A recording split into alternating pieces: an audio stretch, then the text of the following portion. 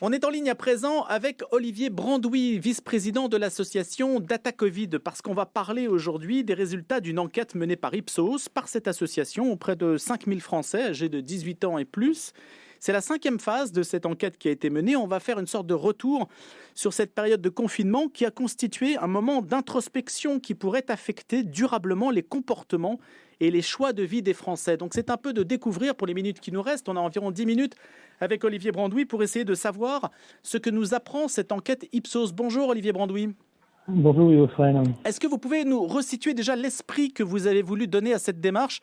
Vous qui n'êtes pas médecin particulièrement, mais vous avez créé cette association à la faveur du confinement. Tout à fait. Écoutez, oui, c'est une initiative citoyenne en fait que nous avons lancée au tout début du confinement. Donc, on a monté une association à but non lucratif, l'association Data Covid, pour monter ce baromètre Covid-19.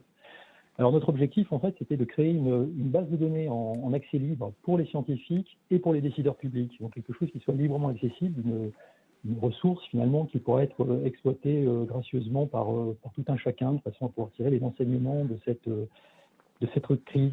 Voilà. Donc c'est une initiative qui s'incarne finalement dans un sondage. Hein. On touche 5000 Français par semaine grâce à l'Institut Ipsos, auquel on administre un questionnaire qui a plusieurs dimensions, des dimensions à la fois santé, mais également des dimensions économiques et sociales, de façon à pouvoir bénéficier d'éclairage approfondi sur différentes dimensions de cette épidémie. Et tout ça, c'est financé grâce à des sponsors privés, des très grandes entreprises qui, dans une démarche citoyenne, soutiennent nos initiatives. Amgen, Gilead, Johnson & Johnson, Roche, CNP Assurance, Vinci Autoroute, la RATP, EDF, vous voyez, on a été accompagnés par de très grands noms. Et l'idée, c'est d'obtenir de l'information en fait sur la façon dont les Français appréhendent la situation.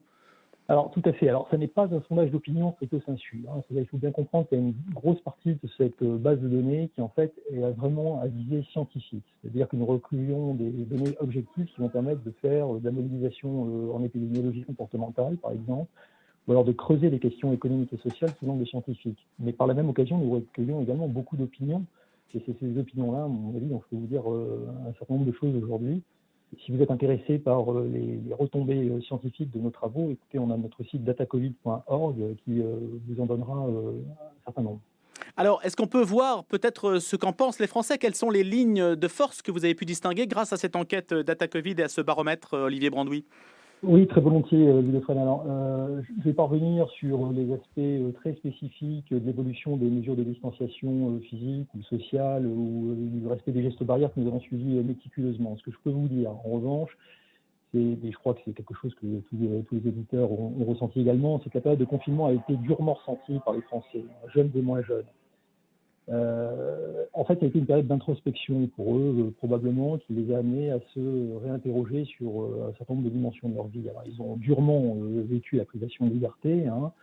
Un grand nombre a été confronté à la maladie directement, ou ça a été leurs proches qui ont été affectés. Parfois, ça a été encore plus dramatique, puisqu'un certain nombre d'entre eux ont été confrontés à la mort en raison donc, de cette maladie, de ce Covid.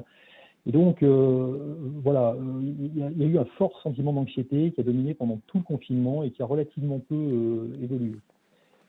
Aujourd'hui, on voit qu'il y a une nouvelle polarisation qui se produit à l'occasion donc, du déconfinement et d'autres peurs, un petit peu différentes de celles directement liées à la maladie, à l'infection, qui demeurent quand même très présentes dans l'opinion.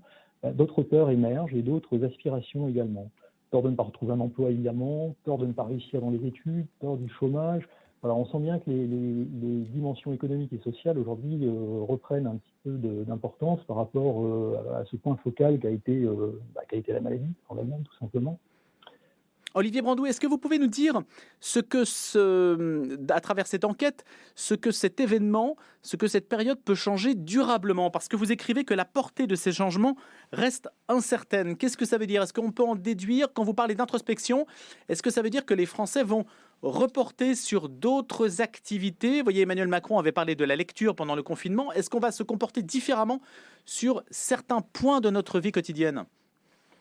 Écoutez, bien évidemment, c'est difficile pour moi de vous faire une réponse univoque. Il faut être prudent dans ces avis. On sait bien qu'on sort quand même d'une période qui est une période critique et on sent quand même une certaine volatilité dans les opinions. Toutefois, Ce que l'on ressent bien à la lecture des derniers chiffres, hein, c'est que, oui, il y a comme je vous le disais, une polarisation des inquiétudes qui a évolué et probablement des impacts dans la vie quotidienne qui pourraient se faire jour. Il faut parler avec prudence encore, hein.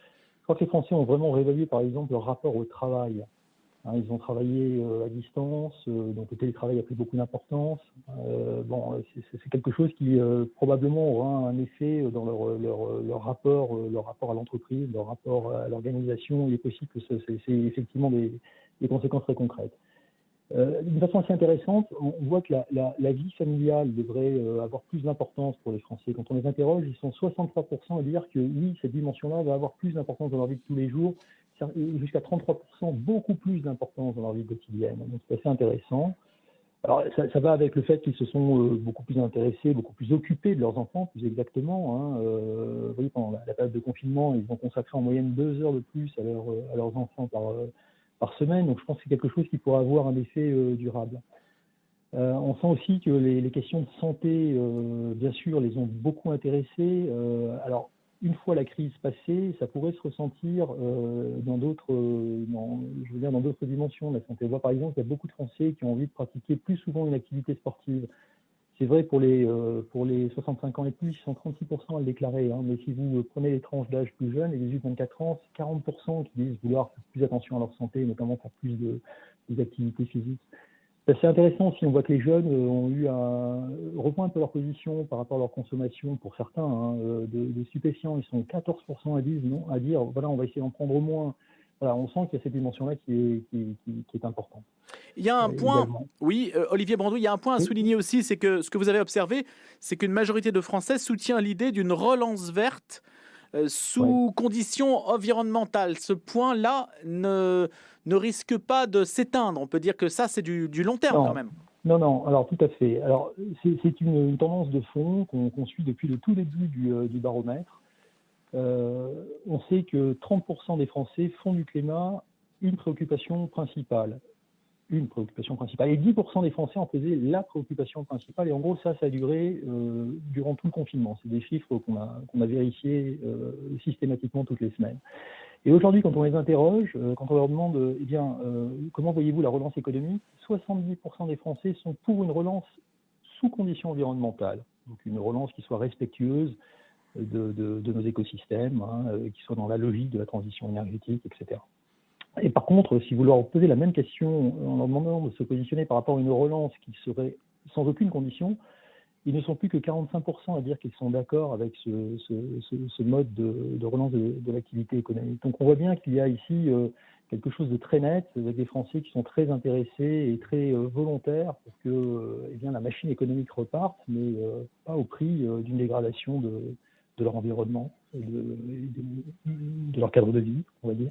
Est-ce que si on doit interpréter cette tendance de fond, ça s'accompagne sur certains points précis? Qu'est-ce que c'est? C'est la production d'électricité? C'est plus de vélos dans les rues? C'est très vague aussi l'environnement. Oui. Alors c'est une dimension que nous n'avons pas mesurée, donc je serais malvenu de vous donner des réponses argumentées. Je pense que c'est des choses qu'on a tous ressenties d'une façon assez variée selon nos cadres de vie, hein. Je pense qu'il faut aussi bien différencier le monde des métropoles, le monde d'une France qui serait peut-être plus dépendante, hein, des modes de transport thermiques. Je pensais au vélo, là, en l'espèce. Je crois qu'il y a vraiment ce sentiment général d'une volonté aujourd'hui de préservation de nos écosystèmes, effectivement d'un engagement plus net dans une transition écologique, hein, certainement. Alors maintenant, je crois qu'il y aura un débat à ouvrir, c'est du domaine de la politique, pour voir quelles en seront les modalités. Alors, Olivier Brandouille, une dernière question. Est-ce que ce baromètre Covid-19, donc, qui s'appelle un projet de science citoyenne, rappelons qu'il s'agit de constituer une base de données sur le confinement, sur ce qui s'est passé pour pouvoir aller plus loin, et donc c'est une démarche scientifique qui vous amène avant d'être celle d'une démarche de recueil d'opinion. Ce n'est pas un sondage en tant que tel, c'est plus une enquête. Qu'est-ce que vous allez en faire maintenant que cette 5e vague existe? Est-ce qu'il y aura une 6e vague et d'autres enquêtes qui vont suivre à mesure qu'on va s'éloigner de la pandémie? Oui, alors en fait, c'est tout à fait ça. On sait qu'on va continuer, bien sûr, à faire ce baromètre. On a financé 8 vagues de baromètres. Donc l'idée pour nous, c'est de faire durer aussi longtemps que nous trouverons des mécènes qui accepteront de nous aider à le faire vivre. Ce qui est important, c'est d'avoir à la fois des données durant la période de confinement, bien sûr, et pendant la période de déconfinement, puisque ce qui nous intéresse, c'est justement de mesurer en quoi l'évolution des comportements peut avoir un effet sur les différents paramètres de l'épidémie. Alors, c'est très concret, effectivement, du taux de personnes atteintes, mais également sur les variations du fameux R0, dont vous avez entendu parler, j'imagine, énormément les uns et les autres. Et donc, notre idée, c'est de recueillir ces données aussi longtemps qu'il le faudra, de façon à ce que les scientifiques disposent justement de cette mine d'or qui va leur permettre bien d'affiner leur modèle, parce que des pandémies, on en connaîtra probablement d'autres. Et il est important aujourd'hui d'armer ces scientifiques avec des données de qualité. Et là, on les a grâce à Ipsos, grâce à ses partenaires qui nous aident. Et le fait que ce soit en open source, c'est aussi une grande chance pour les scientifiques parce que, vous voyez, personne n'a de rente ici. Chacun peut vraiment aller sur ces données pour les travailler, pour les modéliser, pour essayer de leur faire dire le plus de choses possible. Et ça intéresse également les décideurs publics qui ont, eux, à prendre des décisions, là, dans le court terme, pour le bien de tous. Donc, ces informations-là également les aideront à gérer certaines dimensions économiques et sociales de la crise, de l'après-crise. Merci beaucoup, Olivier Brandouille, d'avoir été avec nous ce matin. Vice-président de Data Covid, c'est une association, donc, rappelons-le, qui s'est engagée à l'occasion de ce confinement pour constituer une base de données sur l'événement que nous avons vécu. Et tout cela est disponible sur datacovid.org. Je vous souhaite une excellente journée et vous dis bien sûr, vivement demain.